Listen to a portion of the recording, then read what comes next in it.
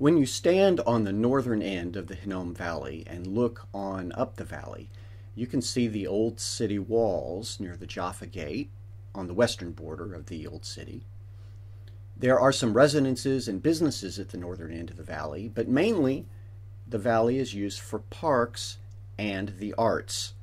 Turn around and look down the valley and you'll see Sultan's Pool Theater, which gets its name from Sultan Mohammed bin Kilian, who restored the pool in the year 1291.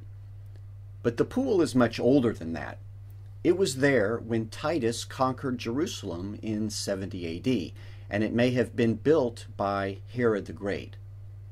But where did this pool get its water? Would they simply wait for rain? No.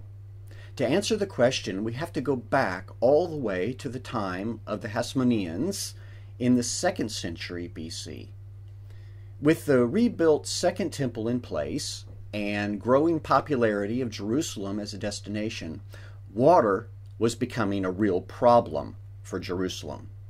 Much water was needed in the temple area, and the only water available was down at the Gihon Spring and the Pool of Siloam, all the way down at the lowest part of Jerusalem at the southern end.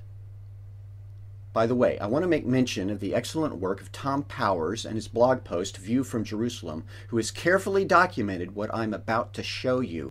So if you want to get water to the Temple Mount, and you don't want to lug it up a quarter mile and up hundreds of feet of elevation, what do? You need to get it from a higher location and let it flow down to the temple area, right? The logical place to go looking for water is north of Jerusalem, since Jerusalem gets higher up as you go north. Alas, there's no solution in that direction because there is no large spring there. All right, is there any other location we can look? The Mount of Olives to the east is higher than Jerusalem, but it has no spring. If you go west, you start going down in elevation pretty quickly, so no help there. What about to the south?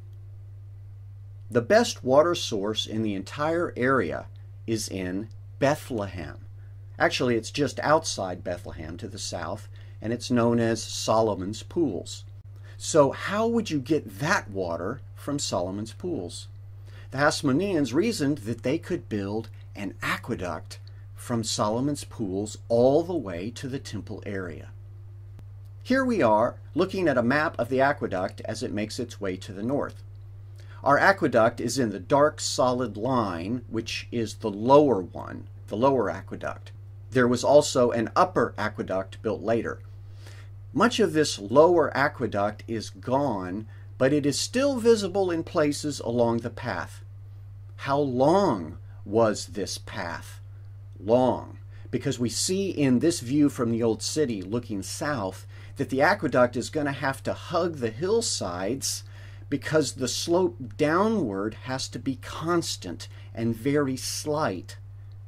The aqueduct was 21 kilometers long, or 13 miles.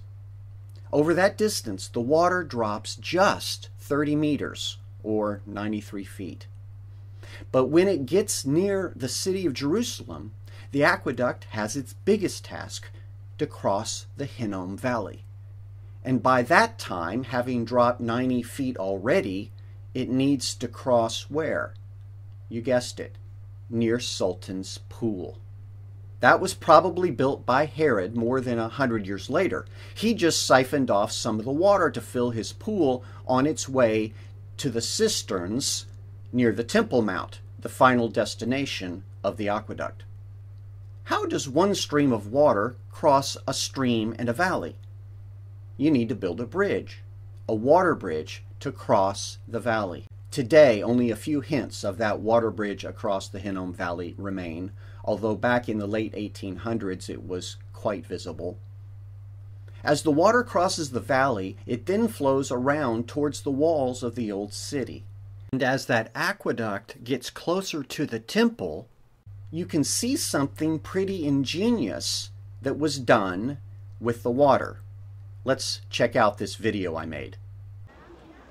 Here we are along the old city walls on the south side, This is the road that heads down to the Dung Gate. Now you can see the Mount of Olives in the distance, and just around the corner of that old city wall there is where it would open up and you'd be able to see the Temple Mount and so forth. Now, right along this particular path, I was just walking and I noticed that there's a series of mikvahs here. There's one below and another. And when I saw a series of bathing pools, ritual bathing pools for getting ready to go to the temple, I thought, I wonder if this aqueduct that I'd heard about, this lower aqueduct, might come by here. And sure enough, I walked up these mikvahs, up the stairs here, and saw this. There we have a very deep trough continuing along here, and there's an opening where you can walk over it, and it continues on down. So we have reached the lower aqueduct that took water from Bethlehem all the way to the Temple Mount. And apparently people were siphoning off some of it and using it for various mikvahs along the way. Notice there is nothing above that area, only below. So, makes sense. Most decisions are practical when they can be practical.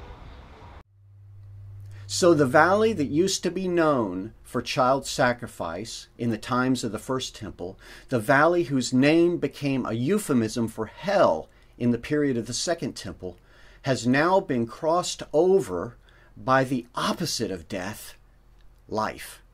The water of life, if you will. And where does that water come from? Bethlehem, which means house of bread. So Jews build a water aqueduct from the place the Bible predicts would come the Messiah, Bethlehem. And they build it to the temple at Jerusalem, bringing water for cleansing. So much water that they had extra water to fill mikvahs along the way, and enough water to fill the whole Sultan's pool. Yes, by the time of the 2nd century BC, the Valley of Hinnom was already on its way to being redeemed. For Christians, Jesus is described as the bread of life and as the one who offers living water.